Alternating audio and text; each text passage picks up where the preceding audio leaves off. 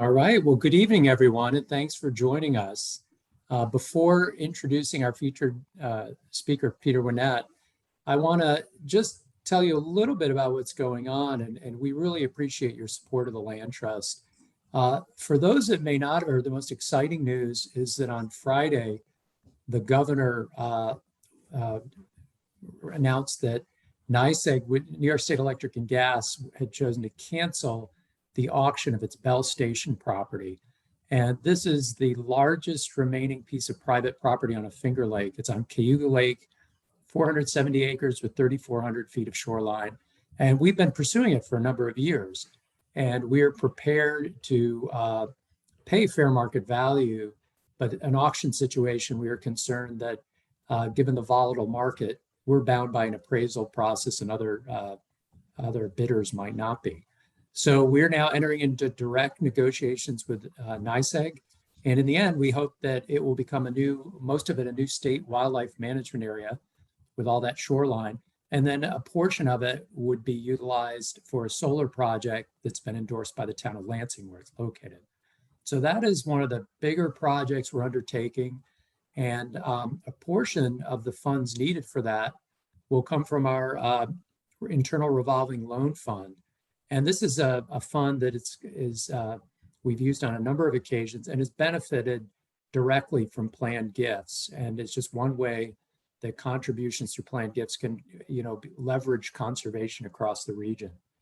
As we've been working on this project, I'm also pleased to announce that over by the Greek Peak ski area and Kennedy State Forest, adjacent to the Finger Lakes Trail, after years of effort and coordination, we synchronized 3 conservation easement donations, legal agreements that limit development while allowing it to remain in private property, and a great story of 3 adjacent neighbors who worked together to protect 250 acres that's right in the middle of this forest area.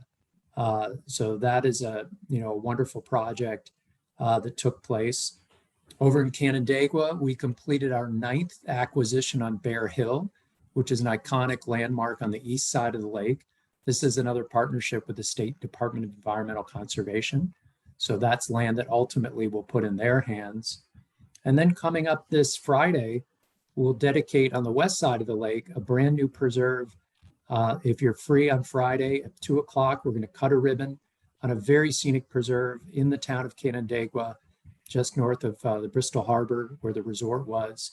And that'll be a ribbon cutting followed by a hike on our latest nature preserve.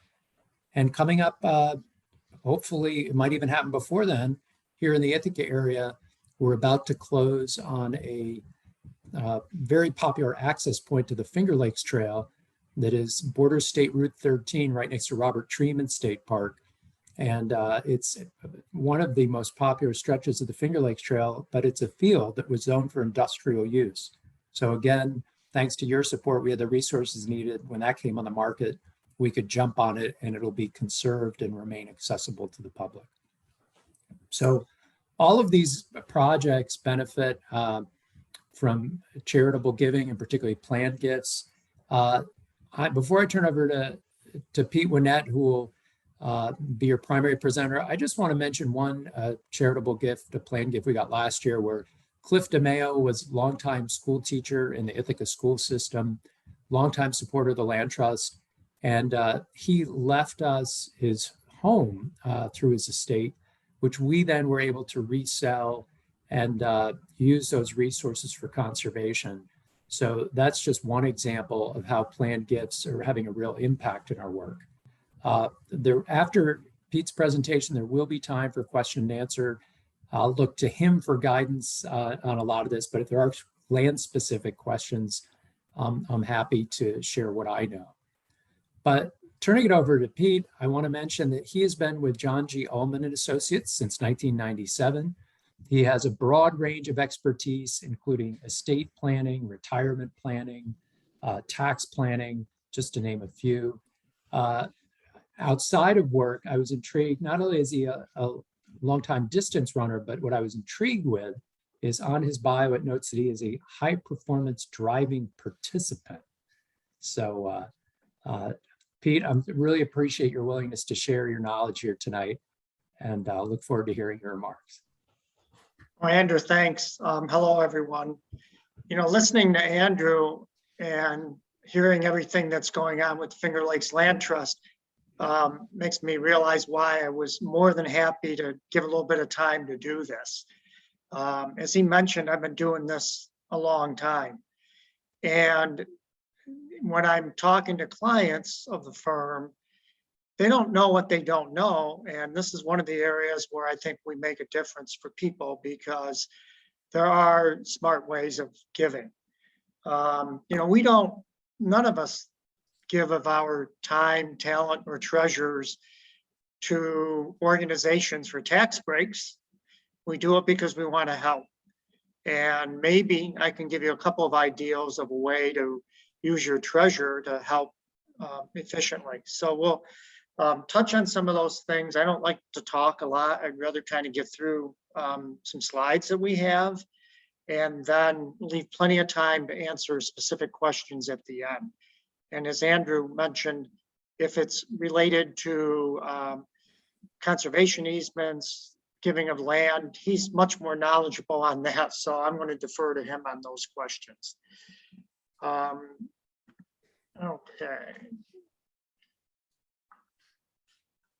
And so I have a disclaimer, which I will read. The information discussed in this presentation is current as of the date noted and is for informational purposes only. It does not intend to address financial objectives, situations, or specific needs of any individual investor. Any information is for illustrative purposes only and is not intended to serve as investment, tax, or legal advice, since the availability and effectiveness of any program or service is dependent upon the individual's circumstances. The products and/or service descriptions, if any, provided in this webinar are not intended to constitute offers to sell or solicitations in connection with any product or service. I might add to that this idea that these are for illustrations. Probably the most frequent answer I give my clients when they ask a question is, it depends. And that's going to be the case with many of you. So tonight I'm going to touch on just a few areas which I think will have widespread interest. I'm going to talk a bit about gifting appreciated stocks, donor advised funds, qualified charitable distributions, and I'm going to add another one, which is naming the land trust as a beneficiary on your IRA. I think these are ones that you might find interesting and be helpful.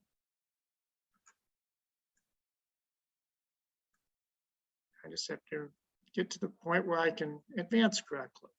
Now, the gifting of appreciated stocks is something that we've done for a long time.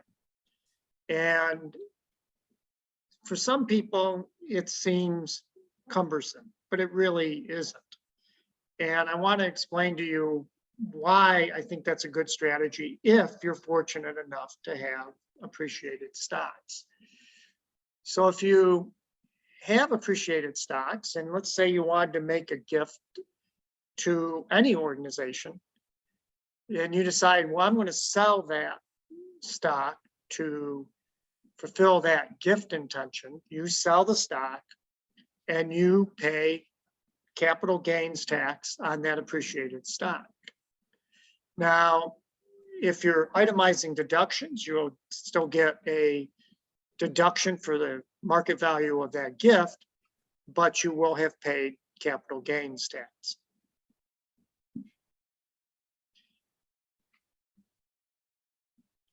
So I want to stress here that when you directly gift stock to an organization, that on the date you give the gift, the market value of the stock on that date is the potential tax deduction that you're going to get for that gift. Now, regardless, you're going to save on the capital gains tax on that appreciated stock. You may or may not possibly get the benefit of that deduction, depending on whether or not you're itemizing your deductions or not. So by avoiding that capital gains tax, I like to look at it as an opportunity to basically be able to give a little bit more, because you don't have to give money for tax. So I've got an example here. And in this example, this person owns 20 shares of Netflix that they purchased at about $181 a share. And it is now worth $592 a share. Nice investment, don't you think? So if they have a capital gains tax rate of 15%, and that's common, it's not the only capital gains tax rate, and you add in New York State income tax on the capital gain, and state tax on capital gains is the same as your ordinary tax rate, we came up with you'd have a 20.9% tax rate on the capital gain. And on that gain, which is shown on the screen, of $8,211, you'd pay $1,716 of capital gains tax if you had sold that Netflix stock to fulfill your intent to make a gift. So if this person wanted to make a gift of about $10,000, they'd sell the 20 shares, they'd pay capital gains tax, they'd be able to give $10,131. So now,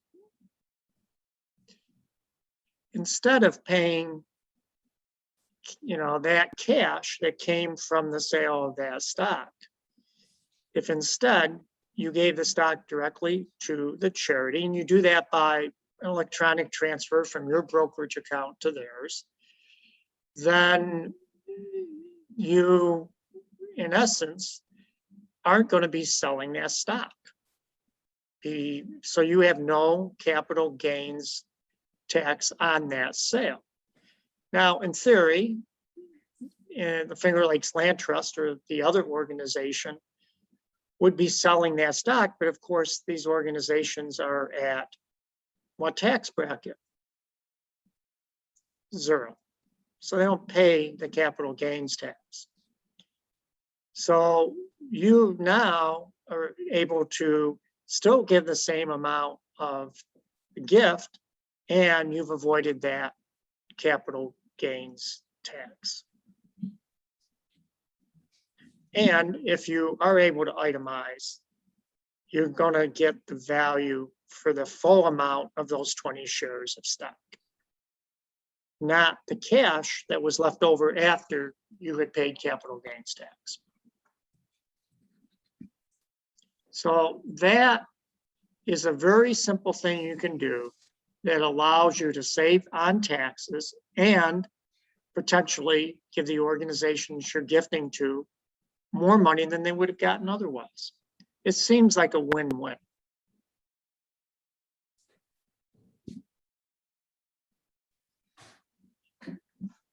The next thing I want to introduce you to is something that has more recently become very popular. And these are donor advised funds. And you are the donor and the advisor when you open one of these funds. And there's various ways to open those. The local community foundations do them. Places like Charles Schwab and Company have low-cost donor-advised funds. And what you do is you take either cash or appreciated securities that we just illustrated, and you give those to the donor-advised fund. So suppose you gave that stock to a donor-advised fund earlier today. Your gift to the donor-advised fund is a 2021 gift. You're going to get a tax deduction for the amount of that contribution when you do your 2021 tax return. Now, this is where this gets interesting. But we have a lot of clients now do, if they're not itemizing deductions, because with the current standard deduction, a lot of people just aren't reaching that. What they'll do is in a given tax year, they will make a fairly large amount to a donor advised fund. They will then, because they've made a large charitable contribution, they will all of a sudden be able to itemize and get some benefit for the amount of that charitable gift. That money now is sitting in the donor advised fund, and it's growing, hopefully, earning interest or having capital appreciation tax-free because they no longer own it. They've completed the gift. And as the advisor on the donor advised fund, they're able to pass that money out to the organizations when they want to. They don't have to do it in the same year that they give the gift. So we have a lot of people now that will open a donor advisor fund, throw a bunch of money in it. They'll take care of all of their charities for the next 2, 3, 4 years, and then they'll do it again. And it's worked out very nicely for people.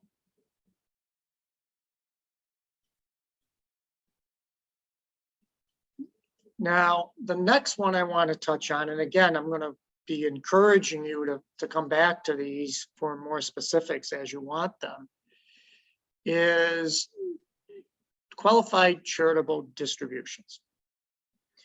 So under the current tax law, once you reach 72 in that year, you have to begin making the required distributions from your IRAs. And those distributions are taxable, except if you give some or all of that distribution to a charity. If you do that, the portion you give is not taxed to you. It never hits your tax return. So if somebody has a $30,000 mandatory distribution from their IRA, and let's say they gave $10,000 to the Finger Lakes Land Trust, they're only going to pay tax on the $20,000. The limit on this is that you're limited per year to $100,000. That doesn't affect too many people if you compare it to the required minimum distribution, but you can give more than the required minimum distribution. And we've had a couple of cases where people have done that. I wanted to point out here too that even though the law changed and said that it used to be you had to start the required distributions at age 70 and a half, that now you can wait until the year you turn 72. The qualified charitable distribution availability remains at age 70 and a half. Possibly that was just a legislative oversight. I don't know. Maybe they'll correct it someday, but that's the way it is today.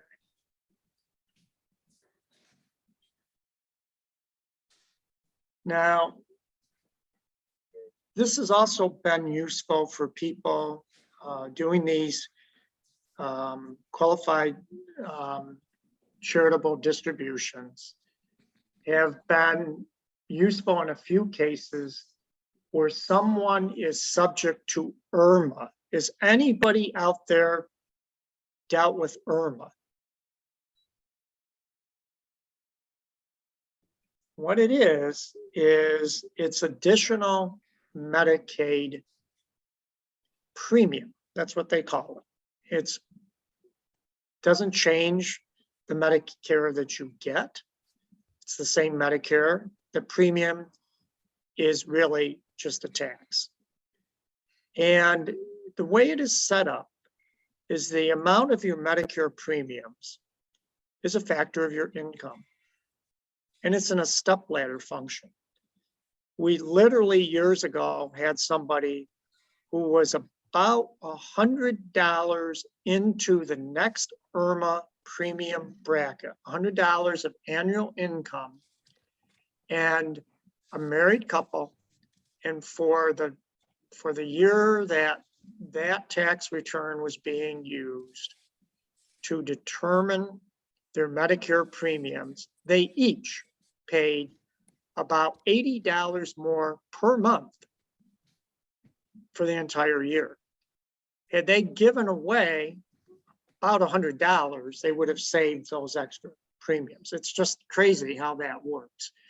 But with tax planning, you possibly can make a gift so that you keep your taxable income low enough to keep yourself in a lower IRMA bracket. Kind of complicated, but I wanted to create the awareness that if you're teetering in those brackets on IRMA, using the qualified charitable distributions of an IRA will help.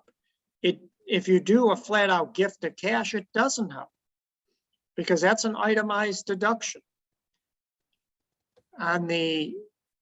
When you do it from your IRA, from your mandatory distributions, that income never hits your tax return. It's never part of the adjusted gross income.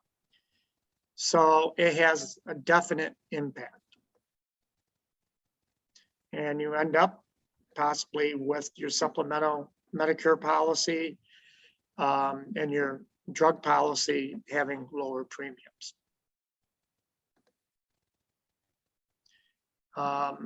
When you do a charitable distribution from your IRA, please understand it's got to go directly to the charity. You can't take the money out and then write a check from that money.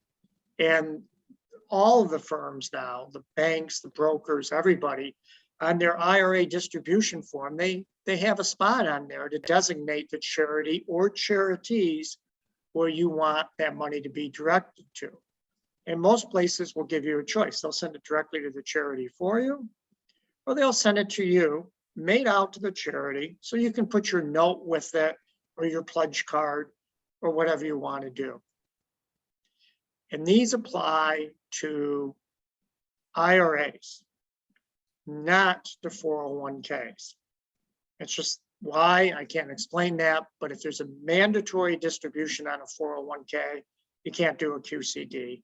You'd have to roll over that 401k to an IRA, and then QCDs would be available to you.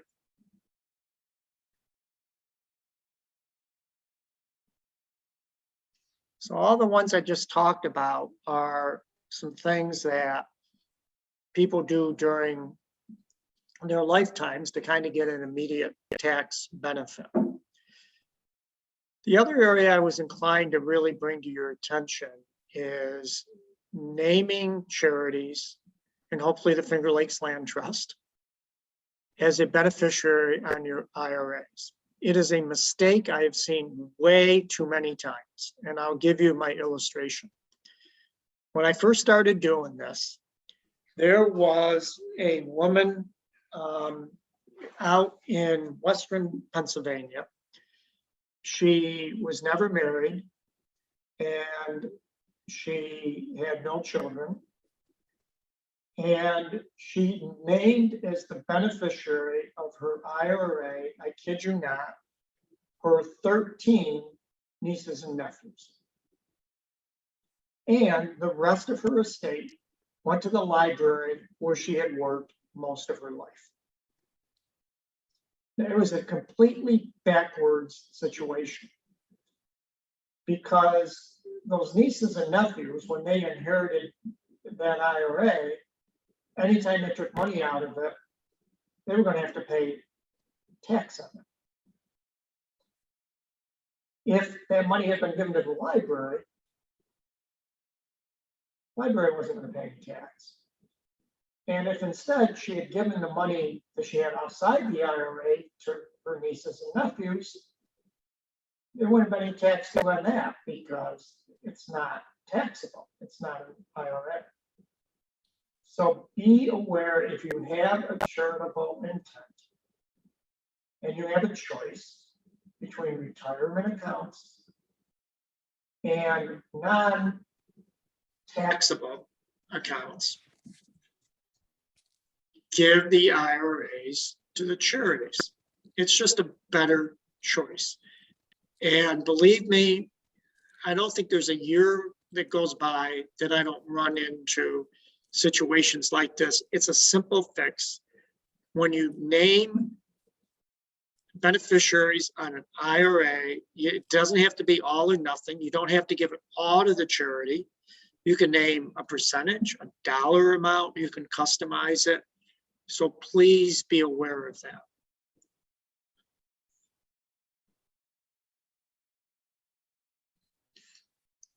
There's a couple of other things I want to mention before we give you an opportunity to ask some questions.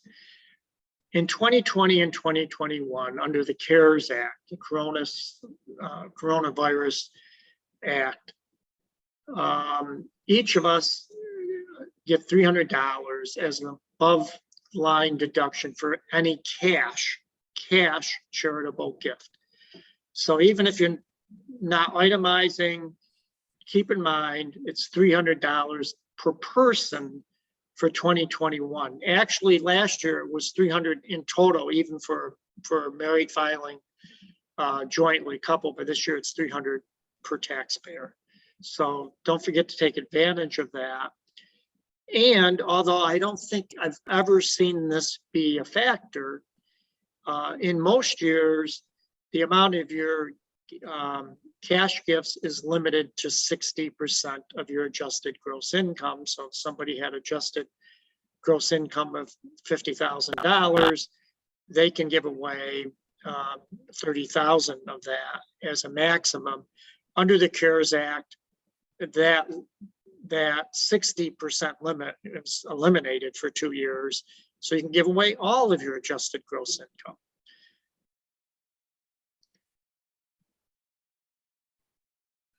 So I've thrown a bunch out there, probably in a hurry, but I want to give plenty of time for you to ask the specific questions, and I don't want to be dwelling on things that are of no interest to somebody or to anybody. So fire away. Let's make this a conversation. So I think people should be able to unmute themselves. I don't know. That's what I'm thinking. So.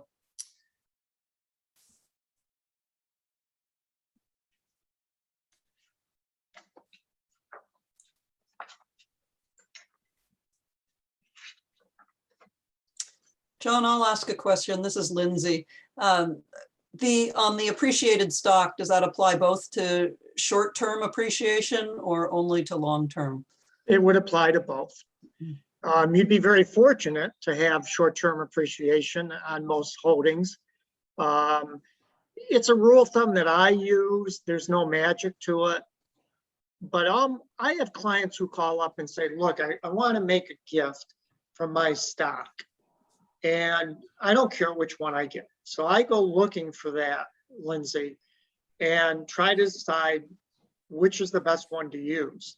And it's usually the one that on a percentage basis has the most appreciation. Why? Because let's say that we're going to go back to my example and you're going to give 20 shares of Netflix because it's highly appreciated. Give it away. If you love Netflix, go out the next day and buy 20 shares of Netflix.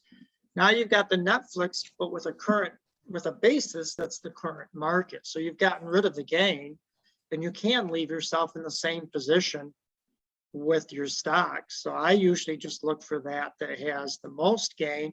And frankly, if it hasn't gone up at least 50% or 100%, I'm not even sure if I consider it to be a good candidate. And if you get a 50% increase in 1 year, Lindsay, maybe you should come work at our firm.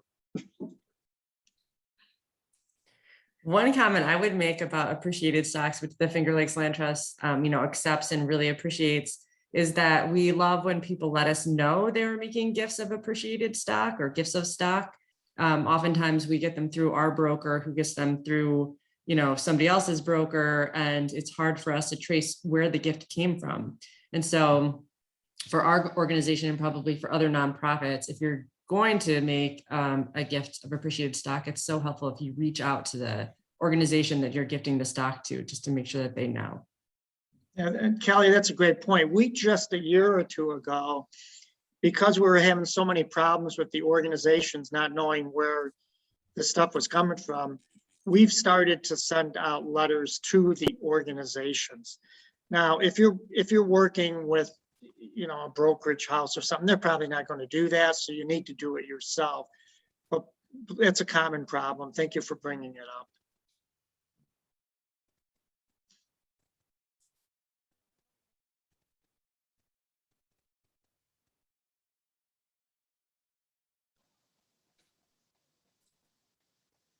Pete, have you seen more individuals utilizing gifting IRAs, particularly because the new rules for individuals that inherit IRAs that have to pay it down faster? Is that becoming more popular? I think it will be. I mean, so what William is referring to is a beneficiary of an IRA, other than a spouse, and the rules are different for spouses. They could stretch out the IRA distributions over their life expectancy based on IRS tables. Well, the new rule that the legislature passed is that you now, if you're non-spouse and you inherit an IRA, all of it has to be paid out within 10 years, not each of the 10 years, but within 10 years. So this idea of stretching those payments out for children or grandchildren or others over many years is not going to work the same way anymore. So it makes giving IRAs to charities, or a portion of them, even more attractive than it was before.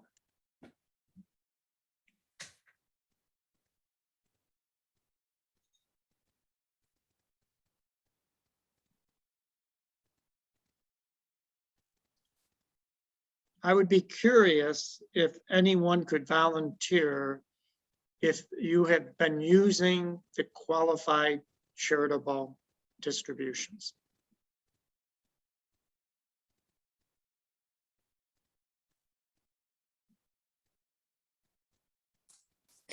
I know that we receive them, and so I know many of our donors do use them.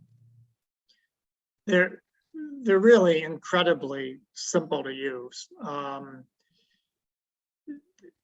With one of the products that I like for those, probably the best, is by Charles Schwab and Company.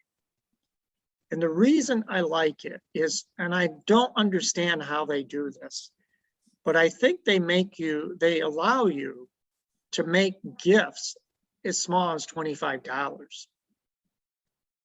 Administratively, it would seem like a nightmare, because you could fill out these requests for hundreds, I suppose, or at least dozens of small gifts from your donor advised fund.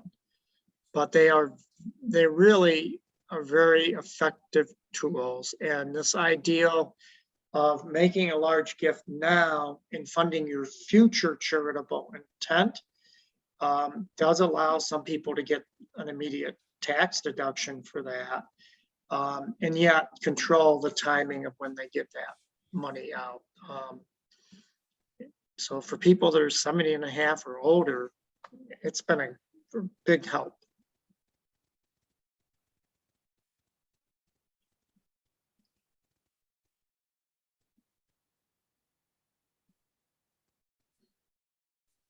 The one thing I would like to just mention on the land side of things, if you are interested in considering leaving land in your will, whether to the Finger Lakes Land Trust or any charity, I really advise reaching out to that charity to make sure that they're on the same page with your intentions for the land. Because not so much here, but in my past experience in conservation, there have been some thuds when someone had very specific intentions but never let the charity know. And then when they had passed, the charity was not able to honor that. So we really appreciate it, whether it's a property that is agreed that we're going to seek to conserve it, or an asset property of understanding the moving parts of a possible receiving a house. So in general, I think land trusts are well suited to deal with property because that's our daily business. But it's important, if you are considering any kind of provision in your will, just to consult with that charity. Pete, I may have misunderstood what you were just saying. Are you saying that, and I'm not old enough to do this yet, so it's sort of a moot point at the moment, but with a qualified charitable distribution, you can make those to a foundation or a donor advised fund? Or No. they have to, I thought they had to go directly to it. They cannot go to a donor advised fund or a private foundation. Okay. Pete, I have a question.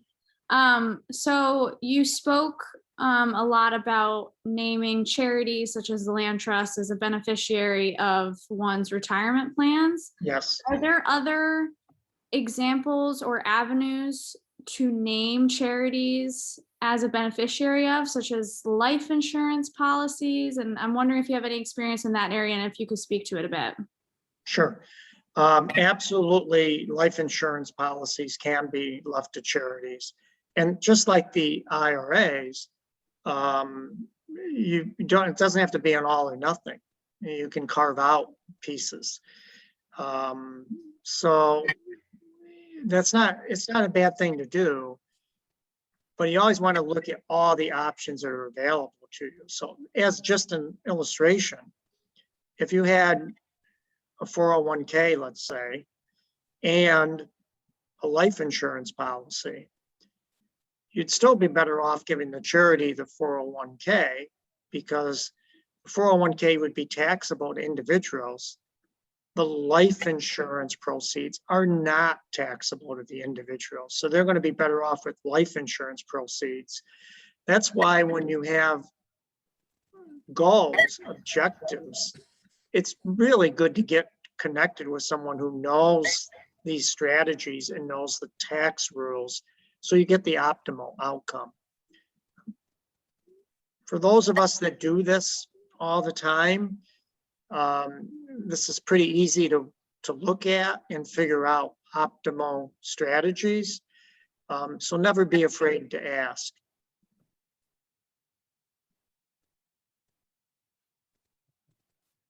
I have a question about the Agi limits. Is that for the qualified charitable donation from your IRA? Well, the IRA one is the maximum you can do in any given year on that is $100,000. The AGI limits are for any cash gifts that you would give. So it used to be, I mean, the way it usually works is when you have a gift on your Schedule A, your itemized deductions, that's limited, those gifts, to 60% of your AGI. For 2020 and 2021, that limit has disappeared. I'm sure it'll be back in 2022.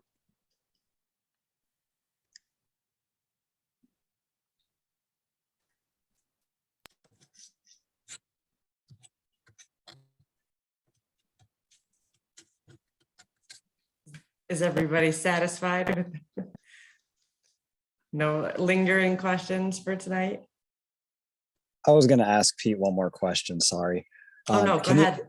Can you explain the approach of lumping your gifts as a tax strategy, lumping it every other year to optimize your tax brackets? Sure. Lumping is a term that we use around here. I don't know if it's used elsewhere, but it's kind of what I talked about before. If you're not able to itemize, or you usually don't itemize, you would take and you would make this one big gift in a given tax year. And we've had people do this. I've had people do like, 50,000 or 80,000 at a time. It throws them into being able to itemize all of a sudden for that 1 year. But so it takes them from not getting any benefit of their annual gifts, getting a one-time benefit for a major portion of that gift.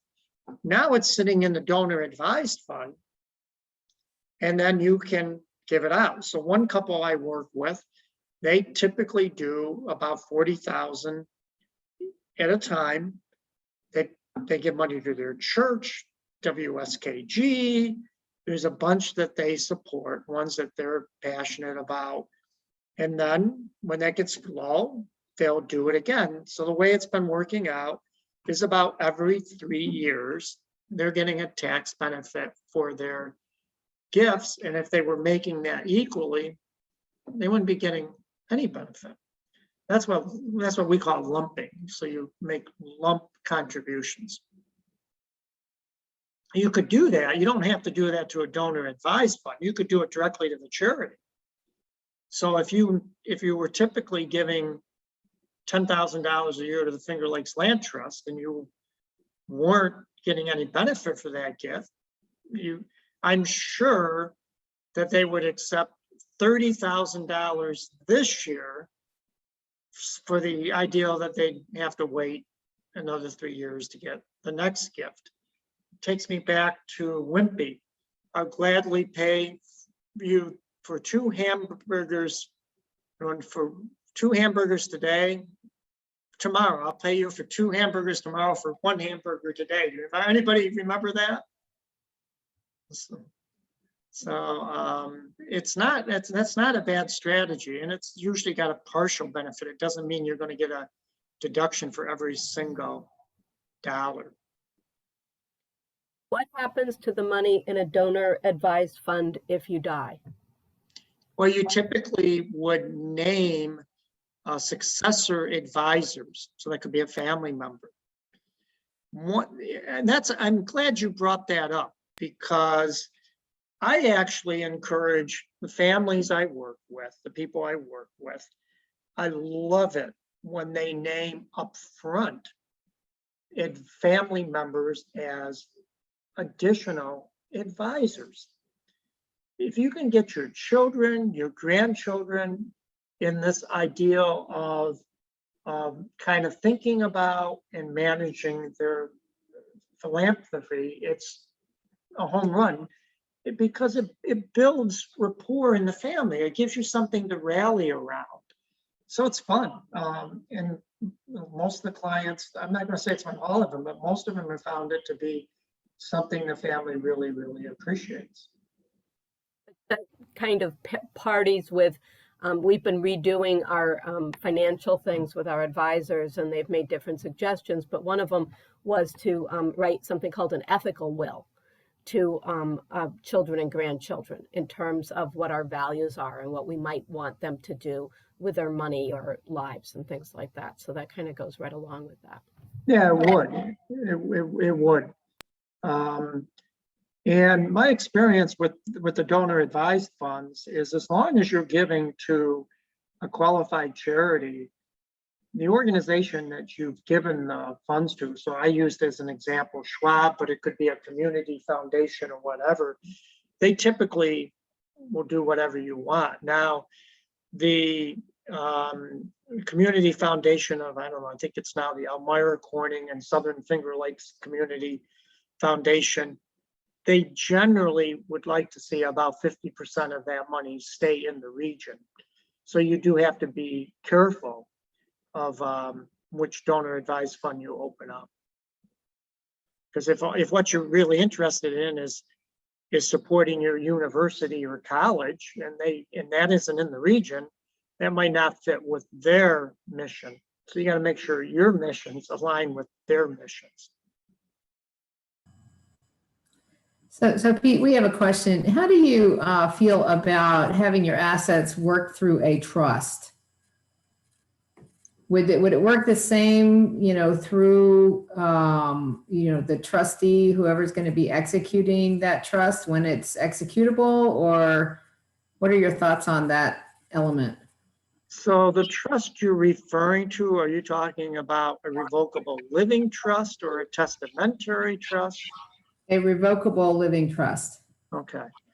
So a revocable living trust is really a surrogate for a will.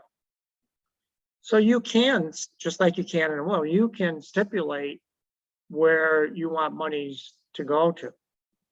So that'll work. But you got to keep in mind, as an example, we had talked quite a bit about naming charities as the beneficiaries on IRAs, or as Kat brought up, on an insurance policy. Those aren't covered by your living trust. They're not covered by your will. They're covered by the beneficiary designation. It's frustrating to me because I see attorneys do these beautiful living trust documents, and they don't really think about the assets that aren't going to pass through that living trust because they're not titled to the living trust. So I guess my caution there is just be careful that you know how it's going to play out in practice. You can certainly use the living trust. You can name charities in there. It's just a different way of doing the same thing. I don't have a problem with it, but I don't see any particular advantage to it either.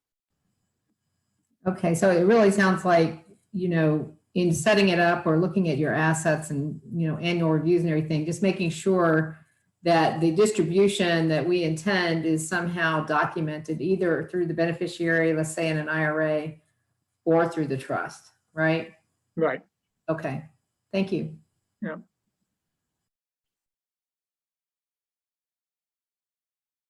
You're asking some good questions, and I'm never quite sure how to say this and get people to understand that I'm sincere, but I will not mind at all with follow-up emails or phone calls. I do this because, I believe in the Finger Lakes Land Trust, and you guys do too. And I have this knowledge, and I'm just willing to share it. So when you call me, there's no expectations. I'm not all of a sudden going to be trying to chase you down to become a client. I'm personally at a point in my life where I don't need to do that. The firm certainly likes to get introduced to people, and it's a chance for you to get to know us. But if you want to call with specific questions about your circumstances, I'll give you my opinion. And I'll continue to do that this evening for any more questions that you may have. Thanks so much, Pete.